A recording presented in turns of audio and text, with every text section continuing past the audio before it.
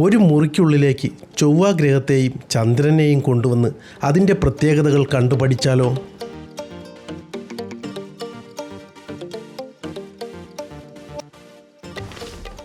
യഥാർത്ഥ ഒരു ദിനോസറിൻ്റെ വലിപ്പത്തിലുള്ള അതിൻ്റെ ഫോസിലിനോടൊപ്പം നിന്ന് അവയെക്കുറിച്ച് പഠിച്ചാലോ?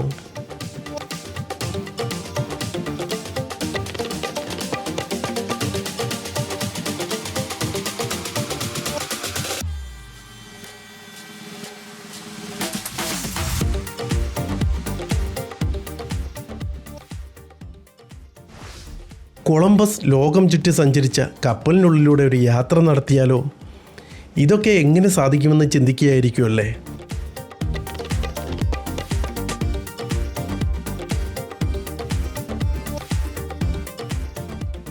എന്നാൽ ഇതൊക്കെയും നമുക്കിപ്പോൾ സാധ്യമാണ്. എങ്ങനെയെന്നല്ലേ? ഏഷ്യയിലെ ഏറ്റവും വലിയ സയൻസ് ഫെസ്റ്റിവലായ global science festival of Kerala ഇങ്ങ് തിരുവനന്തപുരത്ത് തോന്നയ്ക്കലുള്ള ബയോ 360 ഡിഗ്രി ലൈഫ് സയൻസ് പാർക്കിൽ വെച്ച് നടക്കുകയാണ്. 25 ഏക്കറിനുള്ളിൽ കേരള സയൻസ് ആൻഡ് ടെക്നോളജി ഡിപ്പാർട്ട്മെൻറ്റും കേരള സ്റ്റേറ്റ് കൗൺസിൽ ഫോർ സയൻസും ചേർന്ന് നടത്തുന്ന ആ വലിയ സയൻസ് എക്സിബിഷനിലെ എല്ലാ കാഴ്ചകളുമാണ് ഇനി നമ്മളങ്ങോട്ട് കാണുവാൻ പോകുന്നത്. ഒരു ദിവസം മുഴുവൻ ചുറ്റി നടന്ന് കാണുവാനുള്ള കാഴ്ചകളാണ് ഇവിടെ നമുക്ക് വേണ്ടി ഒരുക്കിയിരിക്കുന്നത്. അപ്പോൾ നമുക്ക് അതിലേക്ക് പോകാം. എല്ലാ സുഹൃത്തുക്കൾക്കും നമസ്കാരം. ബിൻഷാ വ്ലോഗിലെ പുതിയൊരു വീഡിയോയിലേക്ക് നിങ്ങൾക്ക് എല്ലാവർക്കും സ്വാഗതം. എൻ്റെ പുറകിലെ ഈ കവാടം കടന്നു കഴിഞ്ഞാൽ നമുക്ക് ലോകത്തിലെ സയൻസിൻ്റെ അത്ഭുതങ്ങൾ നിറഞ്ഞ അത്ഭുത മേള തന്നെ കാണാം. ഇത് നിങ്ങൾക്ക് ഇപ്പോൾ കാണാൻ പറ്റണമെന്നുണ്ടെങ്കിൽ നിങ്ങൾ ഒന്നുകിൽ ഫെബ്രുവരി 15-ാം തീയതിക്ക് മുമ്പായിട്ട് ഇവിടെ വന്ന് ഇത് കാണുക, അല്ലെങ്കിൽ ഈ വീഡിയോ സ്കിപ്പ് ചെയ്യാതെ കംപ്ലീറ്റ് ആയിട്ട് കാണുക.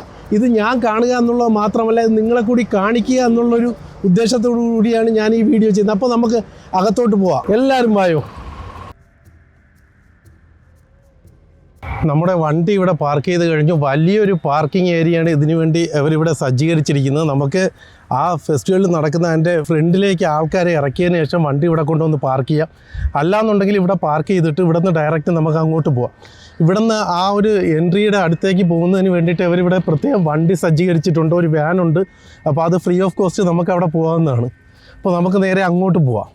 ഇതുപോലുള്ള മിനി ബസ് അറേഞ്ച് ചെയ്തിട്ടുണ്ട്. അപ്പോൾ ഇതിൽ കയറി നമുക്ക് അതിൻ്റെ കവാടത്തിലേക്ക് ഫ്രീ ഓഫ് കോസ്റ്റ് പോകാവുന്നതാണ്. വണ്ടി പാർക്ക് ചെയ്ത് കഴിഞ്ഞ് ഇതിനൊക്കെ ആൾക്കാരെ കയറ്റിക്കൊണ്ട് അവരവിടെ പോകും. ഇത് ട്രിപ്പ് അടിക്കുകയാണ് ഇവിടെ നിന്ന്. അപ്പോൾ നമ്മൾ വാനിൽ കയറിയിട്ടുണ്ട്. വാനിൽ കയറി ഇനി കവാടത്തിലേക്ക് പോവുകയാണ്. അവിടെ ചെന്നിട്ട് വേണം നമുക്ക് ടിക്കറ്റ് എടുക്കാൻ, ബാക്കി കാഴ്ചകൾ കാണുവാൻ. ഹായ്.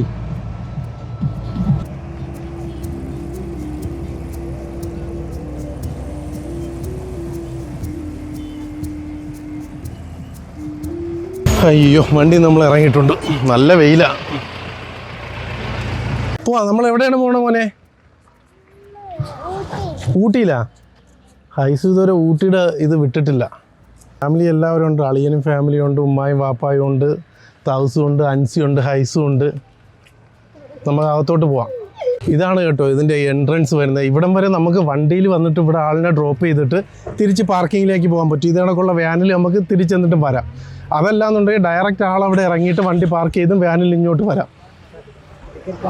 Ticket counter അവിടെയാണല്ലേ?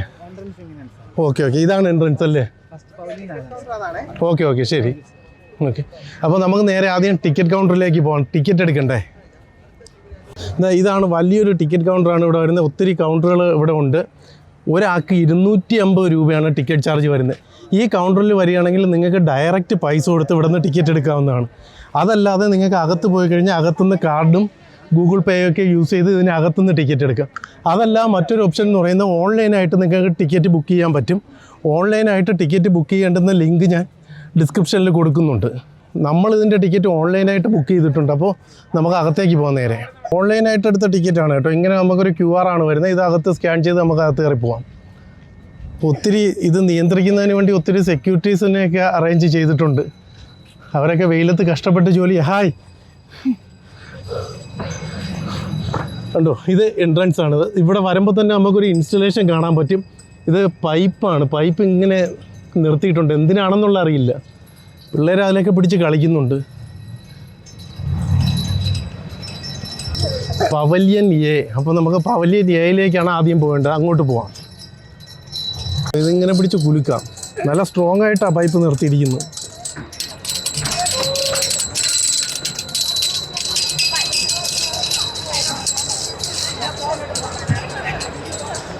പവലിയൻ എയിലേക്ക് കടന്നു വരുമ്പോൾ നമ്മൾ ആദ്യം കാണുന്നത് തന്നെ ഒരു ലോബിയാണ്. ഇവിടെ ഒത്തിരി ആൾക്കാർ വെയിറ്റ് ചെയ്യുന്നുണ്ട്. ഞാൻ നേരത്തെ പറഞ്ഞില്ലേ, നമുക്ക് ഇവിടെ വന്നിട്ട് ഗൂഗിൾ പേയോ കാർഡോ ഉപയോഗിച്ച് ടിക്കറ്റ് എടുക്കണമെങ്കിൽ ഇതാ ഇവിടെ നിന്ന് നമുക്ക് എടുക്കാവുന്നതാണ്. UPI സൗകര്യമൊക്കെ ഇവിടെ ഉണ്ട്. QR കോഡ് ഇവിടെ സ്കാൻ ചെയ്യേണ്ടുന്നത് നമ്മുടെ ആളിയെ.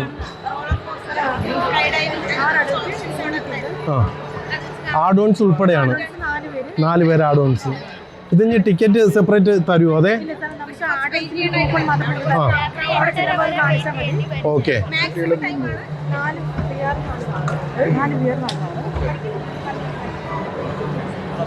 ഓക്കെ, ഇങ്ങനെ ഒരു കൂപ്പൺ നമുക്ക് തന്നിട്ടുണ്ട്. ഇത് എന്താണെന്നുള്ള ഞാൻ അവിടെ എത്തിയിട്ട് പറഞ്ഞു തരാം. നമ്മൾ കടന്നു വരുമ്പോൾ നമുക്കൊരു ക്യൂ കാണാം. അതിനകത്ത് എന്താണ് കാണാനുള്ളത് ബ്രോ? അതിനകത്ത് നമ്മൾ കാണുന്നത് യൂണിവേഴ്സ് ഔട്ടർ സ്പേസിൽ നമ്മൾ മിൽക്കി വേ കാണുന്ന രീതിയിലുള്ള സംഭവമാണ് നമ്മൾ കാണുന്നത്. അപ്പം ഇത് എക്സ്പ്ലനേഷൻ എന്ന് പറഞ്ഞാൽ നമ്മൾ അകത്ത് ഗ്ലാസ് ഫ്ലോർ ആണ്, അറ്റ് ടൈം 10 വരെ കയറ്റാൻ പറ്റുന്നുള്ളൂ. അപ്പോൾ അതുകൊണ്ടാണ് ഇത്ര ഡിലേ വരുന്നത്. അപ്പം നമ്മൾ ടോട്ടലി ഇതിൻ്റെ എക്സ്പ്ലനേഷൻ എന്ന് പറഞ്ഞാൽ നമ്മളിപ്പോൾ ഇതിനകത്ത് എർത്ത് നമ്മളായിട്ട് അസ്യൂം ചെയ്തിട്ട് നമ്മളായിട്ട് അസ്യൂം ചെയ്തിട്ട് ഫുള്ള് മിൽക്കി വേ ഔട്ടർ സ്പേസിൽ കാണാൻ വേണ്ടിയിട്ടുള്ള സംഭവമാണ്. ഓക്കെ, അപ്പോൾ നമ്മൾ അകത്ത് എക്സ്പീരിയൻസ് ചെയ്തിട്ട് വരാം. Okay, thank you bro. Okay,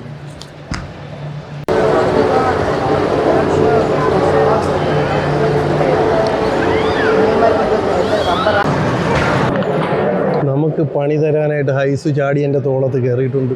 എല്ലാവർക്കും ഹായ് പറ. ഉമ്മോട് എല്ലാവർക്കും ഉമ്മോട് ഒരു ഫ്ലൈങ് കിസ് കിട്ടിയോ? ഫ്ലൈങ് കിസ് കിട്ടിയോ ഹൈസുവിൻ്റെ? നമ്മൾ എവിടെയാണ് പോകുന്നത്? ഊട്ടിയല്ല മോനെ, നമ്മൾ ഭൂമി ഉണ്ടായതും ഭൂമിയിലെ ചുറ്റുമുള്ള ഗാലക്സിയിലുള്ള കാര്യങ്ങളൊക്കെ കാണാനായിട്ടാണ് നമ്മൾ പോകുന്നത്. അതൊക്കെ അവിടെയൊക്കെ ഉണ്ട്, അത് കാണിച്ചു തരാം. അത് കണ്ടോ, ഇങ്ങനെ ഒത്തിരി ഇത് ചെയ്തിട്ടുണ്ട്. സോളാർ സിസ്റ്റം, ബിഗ് ബാങ്, ഇതെല്ലാം ഇവിടെ കൊടുത്തിട്ടുണ്ട്. നമുക്ക് ആദ്യം ഇതിനകത്ത് കയറിയിട്ട് വന്ന് അത് കാണാം. പഠിക്കുന്ന കുട്ടികൾക്ക് ആവശ്യമായിട്ടുള്ള ഒത്തിരി ഇൻഫർമേഷൻസ് ഇങ്ങനെ ഇവിടെ കൊടുത്തിട്ടുണ്ട് കേട്ടോ. ഇതൊന്ന് പോസ് ചെയ്ത് വായിച്ചു നോക്കിക്കോളൂ. അപ്പോൾ നമ്മൾ ഫസ്റ്റ് ഇൻസ്റ്റലേഷൻ കാണാൻ വേണ്ടി കയറും. ഇതൊരു ഗ്ലാസ് ഫ്ലോറാണ് കേട്ടോ. നമ്മൾ ഗാലക്സിക്കകത്ത് കയറിയൊരു എഫക്റ്റാണ് ഇതിനകത്ത് വരുമ്പോൾ.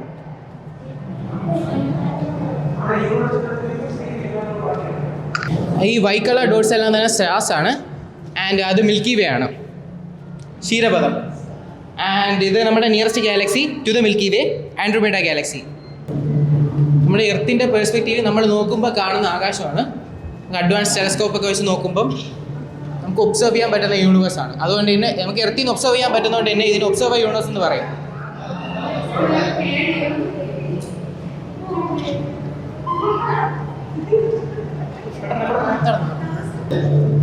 അതെ, മിൽക്കി വേ, ക്ഷീരപഥം, ആകാശം വരുന്ന ബ്ലാക്ക് ആൻഡ് വൈറ്റ് ഫ്യൂംസ് താഴോട്ടുണ്ട്. ഇത് റിഫ്ലക്ഷൻസ് അല്ല, ഫുള്ളി കവേർഡ് ആണ്. ഇത് റിഫ്ലക്ഷൻ അല്ലല്ലേ? അല്ല, റിഫ്ലക്ഷൻസ് അല്ല, ഫുള്ളി കവേർഡ് ആണ്. അപ്പോൾ ഇതിനകത്തുള്ള കത്ത് താഴെയുണ്ട്. അതെ. നമുക്ക് ഭൂമിയിൽ നോക്കി ഒബ്സർവ് ചെയ്യാൻ പറ്റുന്ന യൂണിവേഴ്സാണ്.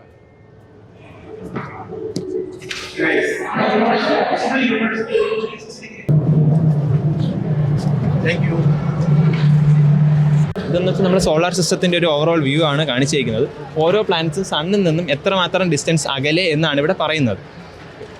പ്ലാനറ്റ്സുകളുടെ ഡിസ്റ്റൻസ് അളക്കാനുള്ള യൂണിറ്റാണ് നമ്മൾ AU ആയിട്ട് പറയുന്നത്. ഒരു AU എന്ന് വെച്ചാൽ ഏകദേശം 15 crore കിലോമീറ്റേഴ്സാണ്. ഇവിടെ സൺ തൊട്ട് എർത്ത് വരെയുള്ള ഡിസ്റ്റൻസ് ആണ് 1 AU എന്ന് പറയുന്നത്. സോ നെപ്റ്റ്യൂൺ വരെയുള്ള എല്ലാ പ്ലാനറ്റ്സിൻ്റെ ഡിസ്റ്റൻസ് ഇവിടെ AUവിൽ കാണിച്ചിട്ടുണ്ട്. ഓക്കെ, നിങ്ങളുടെ പേരെങ്ങനെയാണ്? എൻ്റെ പേര് Naveen. Okay, thank you Naveen. ഓരോ ഭാഗത്തും ഇതിനൊക്കെ ഇൻഫോർമേറ്റീവ് ആയിട്ടുള്ള ഒരുപാട് കാര്യങ്ങൾ കൊടുത്തിട്ടുണ്ട്. അത് നമുക്ക് ഓരോരുത്തരും എക്സ്പ്ലെയിൻ ചെയ്ത് തരും കേട്ടോ. സോ ദിസ് ഈസ് അബൌട്ട് നമ്മുടെ ലൈഫ് എങ്ങനെ ഉണ്ടായി, അതാണ് ഈ സൈക്കിളിൽ കാണിക്കുന്നത്. അപ്പം 400 ബില്യൺ ഇയേഴ്സ് എഗോ എർത്ത് ഇങ്ങനെയായിരുന്നു, അതായത് ഹോട്ട് കണ്ടീഷനിലായിരുന്നു. ഒരു 4.5 ബില്യൺ ഇയേഴ്സ് എഗോ എർത്തിൻ്റെ കണ്ടീഷൻ ഇങ്ങനെയായിരുന്നു. പിന്നെ കുറേ വർഷം എടുത്തിട്ടാണ് ഒരു സ്റ്റേബിൾ ഹൈഡ്രോസ്ഫിയർ, അതായത് വാട്ടർ കണ്ടൻറ് ഉണ്ടായത്, എർത്തിൽ വാട്ടർ കണ്ടൻറ് ഉണ്ടായത്. അങ്ങനെ ഈ കണ്ടിന്യൂസ് റെയിനിങ് വഴി കെമിക്കൽ റിയാക്ഷൻസ്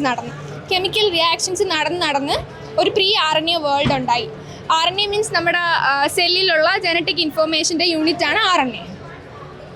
അങ്ങനെ ആ RNA എന്നൊരു RNA വേൾഡ് ഉണ്ടായി. ആ RNA വേൾഡിൽ നിന്ന് ഫസ്റ്റ് DNA, അതായത് പ്രോട്ടീൻ ലൈഫ്, ഫസ്റ്റ് DNA ഉണ്ടായി. ഈ ഫസ്റ്റ് DNA എന്നാണ് നമ്മുടെ ഫസ്റ്റ് ലൈഫ് ഉണ്ടാകുന്നത്. ആദ്യമായിട്ട് ഉണ്ടാകുന്ന മൈക്രോ ഓർഗാനിസംസ് ഒക്കെയാണ്, ലൈക്ക് ബാക്ടീരിയാസ് ഒക്കെയാണ് ആദ്യം ഉണ്ടായത്. അങ്ങനെ ആ ബാക്ടീരിയാസിൽ നിന്ന് മ്യൂട്ടേഷൻ സംഭവിച്ച് നമ്മളിപ്പോൾ കാണുന്ന പോലത്തെ ഓർഗാനിസംസ് ഒക്കെ ഉണ്ടായി. ഫിഷസ് ഉണ്ടായി, ഫിഷസിൽ നിന്ന് reptiles, amphibians, mammals, at last humans ഉണ്ടായി. ഇതൊരു ബിഗ് ടൈം എടുത്ത പ്രോസസ്സാണ്. എക്സ്പെരിമെൻ്റലി പ്രൂവൺ ആണ്. ഗൗരി. അപ്പൊ അതിന്റെ അകം നമ്മൾ സെറ്റ് ചെയ്തേക്കുന്നതെന്ന് വെച്ചാൽ എർത്ത് ഇല്ല എങ്കിൽ എങ്ങനെയായിരിക്കും ഒരു കോൺസെപ്റ്റ് ആണ്, ഒരു ഇമാജിനേഷൻ ആണ് അതിന്റെ അകത്ത് ചെയ്തിരിക്കുന്നത്. ഡാർക്ക് ആണ്. അപ്പൊ നമ്മൾ ചിന്തിക്കുക എന്തുകൊണ്ട് ഡാർക്കായി. നമുക്കറിയാം നമ്മുടെ സണ്ണ് എല്ലാവർക്കും ഒരുപോലെയാണ് എന്ത് കൊടുക്കുന്നത്, ലൈറ്റ് കൊടുക്കുന്നത്. ഏതെങ്കിലും തരത്തിൽ പാർഷ്യാലിറ്റി ഉണ്ടോ? എർത്തിന് മാത്രം കുറച്ച് കൺസിഡറേഷൻ കൂടുതൽ കൊടുക്കാനുണ്ടോ? ഇല്ല.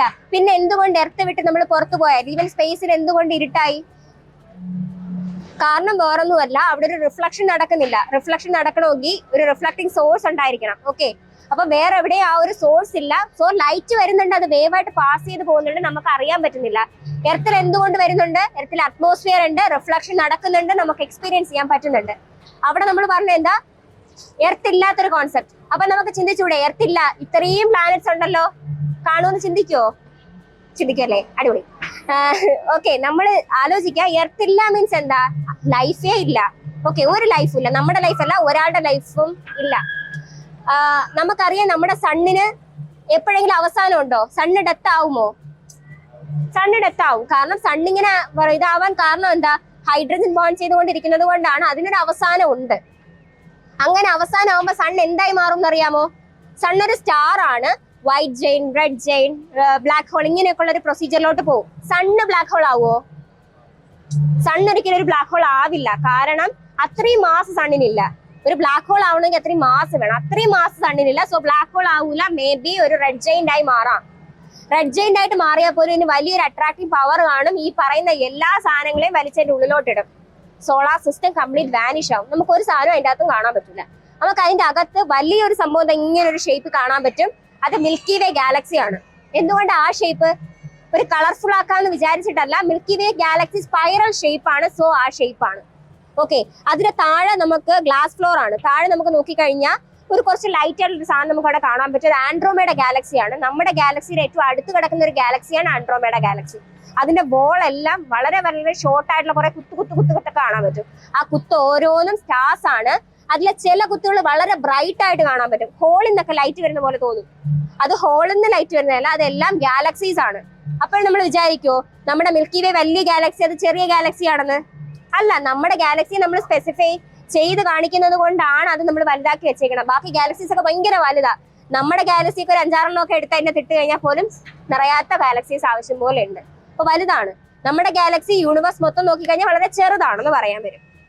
പുറത്തിറങ്ങാം. നമുക്കിത് അവിടെ കാണാൻ പറ്റുന്നത് ബിഗ് ബാങ് തിയറിയാണ്. ബിഗ് ബാങ് തിയറി വളരെ സിമ്പിൾ ആയിട്ട് നമുക്ക് എന്തെന്ന് പറയാൻ പറ്റും. ഒരു വലിയ എക്സ്പ്ലോഷൻ സ്പേസിൽ നടന്നു, മാസ് കൂടിയ ഒരു സാധനം സെൻട്രി വന്നു, ബാക്കി എല്ലാവരും ഈ രീതിയിൽ അറേഞ്ച് ചെയ്ത് വന്നു എന്ന് വളരെ സിമ്പിൾ ആയിട്ട് പറഞ്ഞാൽ പറയും. പക്ഷേ അത് പെട്ടെന്നൊരു സുപ്രഭാതം നടന്നതല്ല. ഒരുപാട് പ്രൊസീജിയർ ഉണ്ടായിരുന്നു ആ രീതിയിൽ വരാനായിട്ട്. നമുക്കറിയാം ഇടയിൽ വെച്ചിട്ട്, അതായത് ഞാൻ ഈ ബിഗ് ബാങ് തിയറിയുടെ ഒരു ഇടയിൽ വെച്ചിട്ട് പ്ലാസ്മ മാത്രം വെച്ചിട്ടൊരു കണ്ടീഷൻസ് ഉണ്ടായിട്ടുണ്ട്. അതായത് ഫുള്ള് പ്ലാസ്മ മാത്രം. പ്ലാസ്മ എന്ന് പറഞ്ഞാൽ സോളിഡിന്റെ 4th സ്റ്റേജ് ആണ്. സോളിഡ്, ലിക്വിഡ്, ഗ്യാസ്, മാറ്ററിന്റെ 4th സ്റ്റേജാണ്. സോളിഡ്, ലിക്വിഡ്, ഗ്യാസ്, പ്ലാസ്മ, ആ ഒരു സ്റ്റേജ് ആണ്. പിന്നെ ഒരുപാട് സ്റ്റേജുകൾ ഉണ്ട് നമുക്ക്. പക്ഷെ 4th സ്റ്റേജാ. ആ ഒരു സ്റ്റേജിൽ ഒരിക്കലും ലൈറ്റ് പോലും കണ്ടക്ട് ചെയ്തില്ല. ഓക്കെ, അപ്പൊ പിന്നെ ഒരുപാട് വർഷങ്ങൾ കഴിഞ്ഞിട്ടാണ് ഈ ഒരു ഫോർമേഷൻ ഉണ്ടായത്. നമ്മൾ ഇതിൻ്റെ അകത്ത് നമുക്കതോ ആ ഒരു പിക്ചറിൽ കാണാം. ഏകദേശം ഒരു 4.6 ബില്യൺ ഇയേഴ്സ് എഗോയാണ് ഏകദേശം ഇപ്പോഴത്തെ ഒരു സോളാർ സിസ്റ്റത്തിന്റെ ഒരു മോഡൽ, ഒരു കൺസ്ട്രക്ഷൻ നടന്നതെന്ന് പറയാം. നമ്മുടെ ഗലീലിയോ ഗലീലിയുടെ ആ ഒരു ഇതിൻ്റെ അകത്ത് ഒരു പിക്ചോറിയൽ റെപ്രസെന്റേഷനിൽ കാണിക്കുന്നുണ്ട്. നമ്മുടെ മെർക്കുറിക്ക് മുന്നേ ഒരു പ്ലാനറ്റ് ഉണ്ടായിരുന്നു. നമ്മുടെ എർത്തിനും മാർസിനും ഇടയിൽ പ്ലാനറ്റ് ഉണ്ടായിരുന്നു. ജൂപ്പിറ്ററിന് ശേഷം, പ്ലൂട്ടോ അല്ല, ജൂപ്പിറ്ററിന് ശേഷം പ്ലാനറ്റ് ഉണ്ടായിരുന്നു എന്നൊക്കെ പറയുന്നുണ്ട്. ഈ പ്ലാനറ്റ് ഒക്കെ കാരണമാണ് ജുറാസിക് എറയിൽ എല്ലാവരും നശിച്ചു പോയെന്നാണ് പറയുന്നത്. കാരണം ജുറാസിക് എറയിൽ ഡിനോസേഴ്സ് മാത്രമല്ല ഒരുപാട് സാധനങ്ങൾ ഉണ്ടായിരുന്നു. അതെല്ലാം കംപ്ലീറ്റ് വാനിഷ് ആവുന്നതിന് കാരണം ഇതായിരുന്നു എന്നൊക്കെ പറയുന്നുണ്ട്. കറക്റ്റായിട്ട് ഇതൊന്നും ഇതായില്ല, ഒരു ടോക്കാണ് ഇതെല്ലാം. ഓക്കെ, അതിനുശേഷം നമുക്ക് വരാം. ഒരു ഏകദേശം ഒരു 4.2 ബില്യൺ ഇയേഴ്സ് എഗോയില് ഒരു വലിയൊരു എക്സ്പ്ലോഷൻ നടന്നു. പിന്നെ അപ്പോഴും നമുക്ക് ഈ പറയുന്ന പേരിലുള്ള ഒരു പ്ലാനറ്റും അവിടെ ഇല്ലായിരുന്നു. നമ്മുടെ ഇപ്പോഴത്തെ മാർസിന് സിമിലർ ആയിട്ട് ഒരു പ്ലാനറ്റ് ഉണ്ടായിരുന്നു, പേര് തിയ. തീയ വന്നിട്ട് നമ്മുടെ എർത്തിനെ കൊളൈഡ് ചെയ്തപ്പോഴത്തേക്ക് എന്ത് സംഭവിച്ചെന്ന് വെച്ചാൽ ഒരു വലിയൊരു എക്സ്പ്ലോഷൻ അവിടെ നടന്നു. എർത്തിന്റെ ഒരു ചെറിയൊരു പോർഷൻ ബ്രേക്ക് ആയി പോയി. കണ്ടോ, ഇത് തീയ വന്നിടിച്ചു. എർത്തിന്റെ ഒരു പോർഷൻ ബ്രേക്ക് ആയിട്ട് പോയി. ആ ബ്രേക്കായി പോയി പുറത്തു പോവോ? ഇല്ല. എർത്തിന് വലിയൊരു ഗ്രാവിറ്റേഷൻ ഫീൽഡ് ഉണ്ട്, ചുറ്റി കറങ്ങും. ഇതാ വന്ന് ഇങ്ങനെ കറങ്ങുന്നു. ഓക്കെ, അപ്പൊ അതാണ് മൂൺ. ഞാൻ നേരത്തെ പറഞ്ഞില്ലേ, നമ്മുടെ ബിഗ് ബാങ് തിയറിയിൽ കുറെ ആൾക്കാർ കോൺട്രവേഴ്സി നടക്കുന്നുണ്ട്. ഒരു കോൺട്രവേഴ്സി ഇതാണ്, നമ്മുടെ മൂണിന്റെ സ്പെസിമെൻസ് ഒക്കെ പരിശോധിച്ചപ്പോൾ പറഞ്ഞത് മൂണിന് ഏജ് കൂടുതലാണെന്നാണ്. നമ്മൾ എന്താ ബിഗ് ബാങ് തിയറിയിൽ പറഞ്ഞേ? ഗാലക്സി ഉണ്ടായി, സോളാർ സിസ്റ്റം ഉണ്ടായി, സണ്ണ് വന്നു, എല്ലാ പ്ലാനറ്റ്സിനെയും പറക്കി ഇട്ടു, പിന്നെ എർത്ത് ശരിയായി, പിന്നെ മൂൺ വന്നു. അങ്ങനെയാണെങ്കിൽ എങ്ങനെ മൂണിന് പ്രായം കൂടി? അപ്പൊ നമ്മൾ ആലോചിക്കുക, എർത്ത് ഉണ്ടായി വന്നു എന്ന് പറയുമ്പോഴത്തേക്ക് എർത്ത് ഒരു പെട്ടെന്നൊരു സുപ്രഭാതത്തിൽ എർത്തായി വന്നതല്ല അല്ലെ. എർത്തിൽ എല്ലാ സ്ഥലത്തും അതുകൊണ്ട് ഏജ് ഒരുപോലെ അല്ല. അപ്പൊ പോയ ഒരു പോർഷൻ പോയി എന്ന് പറയുമ്പോഴത്തേക്ക് ഒരു പക്ഷേ മേ ബി ഏജ് കൂടുതലാവാം. അതാണ് ഒരു കോൺട്രവേഴ്സിയിൽ മാറുന്നത്. ഇനി നമുക്ക് കംപ്ലീറ്റഡ് സോളാർ സിസ്റ്റം എടുത്തു കഴിഞ്ഞാൽ ആരെങ്കിലും ആ സോളാർ സിസ്റ്റത്തിന്റെ പണം കംപ്ലീറ്റ് നോക്കി തന്നെയാണോ വന്നേ? നമ്മളെല്ലാവരും സോളാർ സിസ്റ്റം ഒരുപാട് ടെക്സ്റ്റ് ബുക്കിൽ നമ്മൾ കാണുന്ന പിക്ചേഴ്സ് ആണ് അല്ലെ. ഇവനൊന്ന് ഗൂഗിൾ ചെയ്താലും നമുക്ക് കാണാൻ പറ്റും. അവിടെയൊക്കെ നമുക്ക് ഒരു ആർട്ടിസ്റ്റിന്റെ ക്രിയേറ്റിവിറ്റി കാണാൻ പറ്റും. കാരണം പല പടത്തിലും പല പല കളറിലൊക്കെ നല്ല അടിപൊളിയായിട്ടിരിക്കുന്ന കാണാം. നമുക്ക് കൂടുതൽ കളർഫുൾ ആണ് ഇഷ്ടം. സോ നമ്മൾ ഒരു എഗ്രി ചെയ്യുന്നുണ്ടല്ലേ. പക്ഷെ അതാണ് കറക്റ്റ് പ്രൊപ്പോർഷണൽ സൈസ്. നമ്മുടെ സൺ എന്താ? സ്റ്റാർ ആണ്. സ്റ്റാറും ഓരോ പ്ലാനറ്റ്സും തമ്മിലും ഒരു സ്പെസിഫിക് ഡിസ്റ്റൻസ് ഉണ്ട്. നമ്മുടെ എർത്തും സണ്ണും തമ്മിലുള്ള ഡിസ്റ്റൻസ് അറിയോ? ഒരു AU ആണ്. AU means astronomical unit. 1 astronomical unit equal to 15 crore kilometer. 15 കോടി കിലോമീറ്റർ ആണ്. അപ്പം ഈ ഒരു ഡിസ്റ്റൻസ് എന്താ? AU ഞാൻ പറഞ്ഞ അസ്ട്രോണമിക്കൽ യൂണിറ്റ്. ലെങ്ത്തിന്റെ ഒരു ഹയർ യൂണിറ്റ് ആണ്.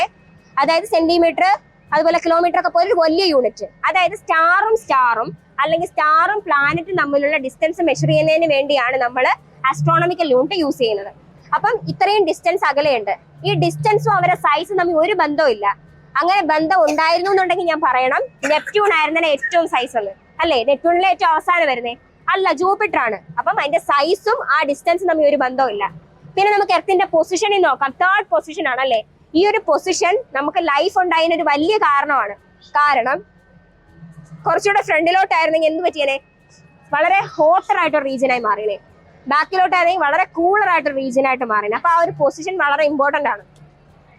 ഇനി നമുക്ക് മാർസിന്റെ കാര്യം നോക്കാൻ വേണമെങ്കിൽ നമുക്ക് ആരെങ്കിലും ക്യൂരിയോസിറ്റി എന്ന് പറഞ്ഞിട്ടൊരു സാറ്റലൈറ്റിനെ പറ്റി കേട്ടിട്ടുണ്ടോ? ക്യൂരിയോസിറ്റി എന്ന് പറഞ്ഞിട്ടൊരു സാറ്റലൈറ്റ് മാർസിൽ ഇറങ്ങിയ ഒരു സാറ്റലൈറ്റ് ആണ്. അപ്പൊ അവരുടെ സ്റ്റഡി പറയുന്നതെന്ന് വെച്ചാൽ ആ സാറ്റലൈറ്റ് ഇറങ്ങിയ ഒരു സ്പോട്ട് ഉണ്ടല്ലോ, ആ സ്പോട്ട് എത്രയോ കോടിക്കണക്കിന് വർഷം മുന്നേ വെള്ളമായിരുന്നു, വാട്ടർ ആയിരുന്നു. അത് വറ്റി വരേണ്ട ഒരു റീജിയൻ ആണെന്നാണ് പറയുന്നത്. അപ്പൊ ആ സ്റ്റഡിയുടെ റിസൾട്ടിന്റെ ഒരു കൺക്ലൂഷൻ നമുക്ക് വേണമെങ്കിൽ എങ്ങനെ പറയാം? ബില്യൺ ഇയേഴ്സ് എഗോ എന്തായിരിക്കാം മാർസ് ലൈറ്റ് എർത്ത് നമുക്ക് പറയേണ്ടി വരും. അപ്പം ഇതെല്ലാം ഒരുപാട് അസംഷൻസും കൺക്ലൂഷൻസും കാര്യങ്ങളുമാണ്. അപ്പൊ ഞാൻ നേരത്തെ പറഞ്ഞു, അത് ആ കാണുന്നത് മിൽക്കി വേ ഗാലക്സി സ്പൈറൽ ഷേപ്പ് ആണ്. അതിന്റെ താഴെ ആൻഡ്രോമേഡ ഉണ്ട്, ഈ ഷേപ്പ് ആണ്. ഇതിങ്ങനെയാണ്. ഞാൻ പറഞ്ഞുകൊണ്ട് വിശ്വസിക്കണോ? അല്ലെങ്കിൽ ഒരു വലിയൊരു സയന്റിസ്റ്റിനെ ഞാൻ കൊണ്ടുവന്നു, സോമനാഥ് സാറൊക്കെ വന്നു, സാറ് പറഞ്ഞാൽ നമുക്ക് വിശ്വസിക്കേണ്ടി വരുമോ? കാരണം നമ്മളിപ്പോ ഒരു സാധനം ഇങ്ങനെയാണെന്ന് പറയണമെങ്കിൽ എന്ത് വേണം? ഒന്നിക്ക് അത് കണ്ടിട്ടുണ്ടാവണം. ഇവനൊരു ഫോട്ടോ എങ്കിലും വേണം അല്ലേ. ഈ കാണുന്ന ഫോട്ടോയൊക്കെ നമ്മൾ ആരെങ്കിലും പോയി എടുത്തതാണോ? നമ്മൾ സോളാർ സിസ്റ്റം വിട്ട് വെളിയിൽ പോയിട്ടുണ്ടോ? ഇല്ല. മിൽക്കി വേ വിട്ട് പോയിട്ടുണ്ടോ? പുറത്തു പോകാതെ എങ്ങനെ ഫോട്ടോ എടുക്കാം? ഒരു വീട്ടിന്റെ അകത്ത് നമ്മൾ അടച്ചിടാണ്. ജനിച്ച തൊട്ട് വളർന്ന വരെ ഞാൻ ഇതിന്റെ അകത്താണെന്ന് വിചാരിക്കുക. എന്റെ അടുത്ത് പറയാ റോഡിന്റെ ഒരു ഫോട്ടോ പടം വരച്ച് കാണിക്കുക, എന്നെ കൊണ്ട് പറ്റുമോ? ഇല്ല. ഞാൻ എന്ത് ചെയ്യും? ഇവിടെയൊക്കെ കുറെ തുള ഇട്ടിട്ട് അതുവഴിയൊക്കെ നോക്കി ഞാൻ ചിലപ്പോൾ എടുക്കും. അതുപോലെ പലതരത്തിലുള്ള സ്പെക്ട്രോസ്കോപ്പി വ്യൂസും പിന്നെ ഫിസിക്സിന്റെ തിയറട്ടിക്കൽ മാത്തമാറ്റിക്കൽ കാൽക്കുലേഷൻസ് ഒക്കെ വഴിയാണ് നമ്മൾ ഈ ഒരു രീതിയിൽ എടുത്താൽ. കംപ്ലീറ്റ് തെറ്റാണെന്നല്ല ഞാൻ പറഞ്ഞു വന്നത്. മേ ബി ചില സ്ലൈറ്റ്ലി ചേഞ്ചസ് ഒക്കെ ഉണ്ടാവാം. ലേറ്റസ്റ്റ് ആയിട്ട് നാസ ഒരു വീഡിയോ ഇറക്കിയിട്ടുണ്ടായിരുന്നു. നമ്മുടെ മിൽക്കി വേര ഒരു വീഡിയോ, ഒരു 10 സെക്കൻഡ് മാത്രമുള്ള ആ ഒരു വീഡിയോ. ഐ തിങ്ക് അത് ഉണ്ടാക്കാൻ ഒരു 25 years എടുത്തു എന്നാണ് പറയുന്നത്. അതിന്റെ ഒരു മേക്കിംഗ് കാര്യങ്ങളും അവർ തന്നെ ഇട്ടിട്ടുണ്ടായിരുന്നു. അപ്പൊ അത് അത്രയും ടൈം എടുക്കുന്ന പ്രോസസ്സാണ്. കാരണം നമ്മളിതൊന്നും കണ്ടിട്ടില്ല, ഒന്നാമത്തെ ഫാക്ട്. രണ്ടാമത്തെ ഫാക്ട് എന്താ? ഇത് എപ്പോഴും മാറിക്കൊണ്ടിരിക്കുന്ന സാധനമാണ്. കാരണം എല്ലാരും ചലിച്ചുകൊണ്ടിരിക്കുകയല്ലേ, മൂവ് ചെയ്യല്ലേ, മാറ്റം ഉണ്ടാവുന്നുണ്ട്. ഇനി നമ്മൾ ഈ രീതിയിൽ എർത്ത് ഉണ്ടായി വന്നു. എർത്ത് ആദ്യമേ ഇങ്ങനെ ആയിരുന്നോ? മൂൺ ആയപ്പോഴേ എർത്ത് ഇതായിരുന്നോ? നമ്മൾ എർത്താണെന്ന് കാണിക്കാനാണ് ഈ രീതിയിൽ അറേഞ്ച് ചെയ്തേ, അല്ലാതെ ഒരിക്കലും ഇങ്ങനെ അല്ല. ആദ്യം ഇതുണ്ടാവുന്ന സമയത്ത്, എർത്തായി വരുന്ന സമയത്ത് മീഥേൻ ഗ്യാസ് ഒക്കെ നിറഞ്ഞൊരു ഓറഞ്ച് കളറായിരുന്നു. അതിനുശേഷം പല പല ഏജസ് നടന്നു. അതായത് ഇടയിൽ വെച്ചൊരു IC ഏജ് ഒക്കെ നടന്നു, പിന്നെ ഡിനോസറിക് ഇറ വരും. അതിനൊക്കെ ശേഷം കുറേ വർഷങ്ങൾക്ക് ശേഷമാണ് ഇപ്പോഴത്തെ നമ്മൾ ജീവിക്കുന്ന ആ ഒരു കണ്ടീഷനിലോട്ട് എത്തുന്നത്. അപ്പൊ അത്രയും ഒരുപാട് ടൈം എടുത്തൊരു പ്രോസസ്സാണ്. ഇനി ചേഞ്ച് വരൂലേ? ഇനിയും ചേഞ്ച് വരാം. കാരണം എന്താ, നടന്നുകൊണ്ടിരിക്കുന്ന പ്രോസസ്സാണ് ഇതെല്ലാം. എപ്പോഴെങ്കിലും ഒരു വേറെ എന്തെങ്കിലും സാധനം വന്ന് കൊളൈഡ് ചെയ്താൽ പോലും ഇതാവുന്നതാണ്. പക്ഷെ അങ്ങനെ പെട്ടെന്ന് കൊളൈഡ് ചെയ്യൂല. കാരണം നമുക്ക് അതുവരെയുള്ള അഡ്വാൻസ്ഡ് ടെക്നോളജീസ് ഉണ്ട്. അതുകൊണ്ടാണ് നമ്മൾ പല പല സാറ്റലൈറ്റ്സും മറ്റു കാര്യങ്ങളും നമ്മൾ അയക്കുന്നതല്ല. നമുക്ക് ഒരു ക്യൂരിയോസിറ്റി അല്ല കാരണം. ഇതിനൊക്കെ പിന്നെ ഒരുപാട് പർപ്പസ് ഉണ്ട്. ഓക്കെ, ഇനി നമ്മൾ അങ്ങോട്ട് പോകുമ്പോൾ ലൈഫ് എങ്ങനെയാ വന്നത് നമ്മൾ കാണും. ലൈഫ് പ്രാക്ടിക്കലി നമ്മൾ പ്രൂവ് ചെയ്ത സാധനമാണ് ലൈഫ് ഉണ്ടായതിന്റെ ആ ഒരു കാര്യം. പിന്നെ നമുക്ക് അവിടെ വരുമ്പോൾ ഫോട്ടോസിന്തസിന്റെ ക്ലിയർ എക്സ്പ്ലനേഷൻ കാണാൻ പറ്റും വീഡിയോയിൽ. നമ്മൾ നോർമലി ടെക്സ്റ്റ് ബുക്കിലൊക്കെ പഠിക്കും, സൂര്യപ്രകാശം വരും, ഇലയിൽ അടിക്കും, ഇല ഫുഡ് ഉണ്ടാക്കും, സെർവ് ചെയ്യും. അതല്ല, വളരെ ഡീറ്റെയിൽ ആയിട്ട് ഇലയ്ക്കുള്ളിൽ എന്ത് സംഭവിക്കും, നമ്മുടെ ഫോട്ടോസിന്തസിസ് കറക്റ്റ് പ്രോസസ്, സ്റ്റൊമാറ്റിക്കുള്ളിൽ എന്ത് സംഭവിക്കും, ഗ്രാനിയൽ എന്ത് സംഭവിക്കും, ATP എങ്ങനെയാണ്, എങ്ങനെ ഫുഡായി വരും, മീൻസ് സ്റ്റാർച്ച് എങ്ങനെയായി വരും, സ്റ്റാർച്ച് എങ്ങനെ സ്റ്റോർ ചെയ്യും, എല്ലാ കാര്യങ്ങളും വിത്ത് ഒരു ഓഡിയോ എക്സ്പ്ലനേഷൻ അടക്കം ആ ഒരു വീഡിയോ കാണാൻ പറ്റും. ഇങ്ങോട്ട് വരുമ്പോൾ ഞാൻ ഇപ്പൊ പറഞ്ഞ കാര്യങ്ങളും അതിൻ്റെ അകത്ത് എക്സ്പ്ലെയിൻ ചെയ്യും. സണ്ണും എർത്തും തമ്മിലുള്ള ബന്ധം നമുക്ക് അവിടെ കാണാൻ പറ്റും. അപ്പൊ എല്ലാം നോക്കുക. ഇത് യൂണിവേഴ്സ് പവലിയനാണ്. എന്തെങ്കിലും ഡൗട്ട് എപ്പോഴേലും ഉണ്ടെങ്കിലും ചോദിച്ചാൽ മതി. I will try to explain. Thank you. Sreekutty. ഞാൻ ഗ്രാജുവേഷൻ കഴിഞ്ഞു. ഇപ്പം കഴക്കൂട്ട് RVT ഒരു ഡിപ്ലോമ പോലത്തെ ഒരു കോഴ്സ് ചെയ്യും. Thank you. ഇതെന്താണ് ചേട്ടാ? ഇതെന്ന് പറഞ്ഞാൽ നമ്മുടെ സൂര്യനും അതുപോലെ ഭൂമിയും തമ്മിലുള്ള സൈസിന്റെ ഒരു കമ്പാരിസൺ ആണ് ഈ കാണിച്ചിരിക്കുന്നതെന്ന് പറഞ്ഞാൽ നമ്മുടെ സൂര്യനാണ് ഈ കാണിച്ചിരിക്കുന്നത്. ഓക്കെ, നമ്മുടെ ഭൂമി തന്നെ എത്രത്തോളം വലുതാണെന്നുള്ളത് നമുക്കറിയാലോ. നമ്മുടെ ഭൂമി തന്നെ ഒരുപാട് വലുതാണ്. അപ്പോൾ ഈ കാണുന്ന ഓരോ ഡോട്ടും ഓരോ ഭൂമിയാണെന്ന് വിചാരിക്കുക. ഈ കാണുന്ന ഓരോ ഡോട്ടും ഓരോ ഭൂമിയാണെന്ന് വിചാരിക്കുക. അതാണ് ഈ കാണുന്ന ഓരോ ഡോട്ടും ഓരോ ഭൂമിയാണെന്ന് വിചാരിക്കുക. അപ്പോൾ നമ്മുടെ ഈ സൂര്യനെ മുഴുവനായിട്ട് ഭൂമി കൊണ്ട് നിറയ്ക്കണമെങ്കിൽ 13 ലക്ഷം ഭൂമി ചേരണം. 13 ലക്ഷം ഭൂമി ചേരുമ്പോഴാണ് നമ്മുടെ സൂര്യൻ്റെ മുഴുവനായിട്ടുള്ള സൈസ് എന്ന് പറയുന്നത്. ഈ കാണിച്ചിരിക്കുന്നതെന്ന് പറഞ്ഞാൽ കുട്ടികൾക്ക് മനസ്സിലായ ഒരു ആനിമേഷൻ കൊടുത്തിരിക്കുകയാണ്. ഈ നീല നിറത്ത്, അതായത് 74,000-ഓളം എർത്ത്, അതായത് 74,000 ഭൂമി നിറഞ്ഞിരിക്കുന്നതാണ് ഈ കാണിച്ചിരിക്കുന്നത്. അതായത് സൂര്യനിൽ 74,000 എർത്ത്, അത് ഒരു ഭൂമിയല്ല, 74,000-ഓളം ഭൂമി നിറഞ്ഞിട്ട് പോലും നമ്മുടെ സൂര്യൻ്റെ ഒരു 10% പോലും ആവുന്നില്ല. അപ്പോൾ ഇത് മുഴുവനായിട്ട് നിറയണമെന്നെങ്കിൽ 13 ലക്ഷം ഭൂമി വേണം. അത്രത്തോളം വലുതാണ് നമ്മുടെ ഭൂമി എന്ന് പറയുന്നത്, അത് സൂര്യൻ എന്ന് പറയുന്നത്. ആ ഒരു ഭൂമിയും സൂര്യനും തമ്മിലുള്ള സൈസിൻ്റെ ഒരു കമ്പാരിസൺ ആണ് ഈ കാണിച്ചിരിക്കുന്നത് പറയുന്നത്. നിതിൻ. എൻ്റെ പേര് പാർത്ഥിവ്. എക്സ്പ്ലെയിൻ ചെയ്യാൻ പോകുന്നത് ഫോട്ടോസിന്തസിൻ്റെ വർക്കിംഗ് ആണ്. ഇതിപ്പം ഒരു ലീഫാണ്.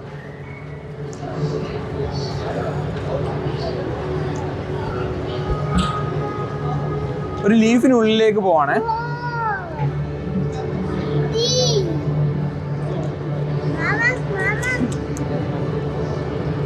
ലീഫിനുള്ളിലാണ്. ഇത് സ്റ്റൊമാറ്റോ ആണ്. സ്റ്റൊമാറ്റോ എന്ന് പറയുമ്പോൾ നമുക്ക് പയർമണിയുടെ ഷേപ്പിലാണ് കാണുന്നത്.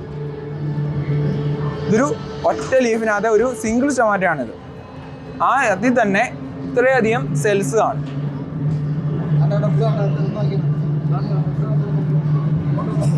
ഇത്രയും സെൽസിനകത്ത് ഒരു സിംഗിൾ സെല്ലിലേക്ക് പോവാണ്.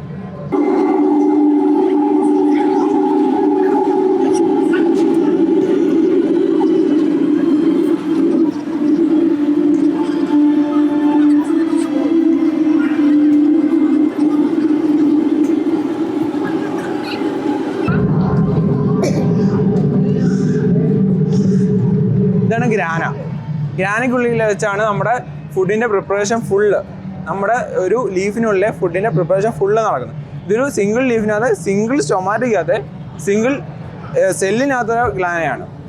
അതിൽ തന്നെ ഈ വൈറ്റ് പാർട്ടിക്കിൾസ് എന്ന് പറഞ്ഞാൽ ATP മോളിക്യൂൾസ്. ഈ ATP മോളിക്യൂൾസ് ട്രാൻസ്ഫർ ചെയ്യുമ്പോൾ ഉണ്ടാകുന്ന ഒരു കെമിക്കൽ റിയാക്ഷൻ്റെ ഫലമായിട്ട് നമുക്ക് കിട്ടുന്ന ഒരു പ്രോഡക്റ്റാണ് സ്റ്റാർച്ച്. ഈ സ്റ്റാർച്ചാണ് ഫുഡായിട്ട് നമ്മൾ പ്രിപ്പയർ ചെയ്ത് വെക്കുന്നത്, പ്ലാന്റ്സ് പ്രിപ്പയർ ചെയ്ത് വെക്കുന്നത്. അത് ATP മോളിക്യൂൾസ് ആണ്.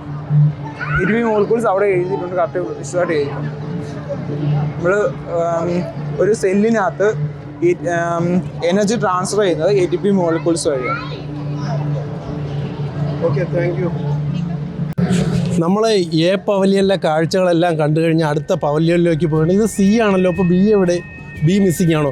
അത് പഠിക്കുന്ന കുട്ടികൾ ഇത് കാണുന്നുണ്ടെങ്കിൽ സ്കിപ്പ് ചെയ്യാതെ കണ്ടിരിക്കുക. നമുക്ക് ഒരുപാട് ഇൻഫർമേഷൻസാണ് കിട്ടുന്നത്. കേരളത്തിൽ അങ്ങോളം ഇങ്ങോളം ഉള്ള ആൾക്കാർക്ക് വന്ന് ഇത് കാണാൻ പറ്റിയെന്ന് വരില്ല. പക്ഷേ ഞാനിത് ഒറ്റ പാർട്ട് പോലും വിടാതെ, ഒരു സൈഡ് പോലും വിടാതെ കംപ്ലീറ്റ് ആയിട്ട് ഷൂട്ട് ചെയ്യുന്നുണ്ട്. നിങ്ങൾ എന്തായിരുന്നാലും കണ്ടിരുന്നോളൂ. തുടർന്നുള്ള വീഡിയോകൾ കാണുന്നതിന് വേണ്ടി ചാനലൊന്ന് സബ്സ്ക്രൈബ് ചെയ്ത് ബെൽ ബട്ടൺ ഓളാക്കി വയ്ക്കുക. ഈ വീഡിയോ ഇഷ്ടമായാൽ ലൈക്ക് ചെയ്യാനും കമൻറ്റ് ചെയ്യാനും മറക്കാതിരിക്കുക.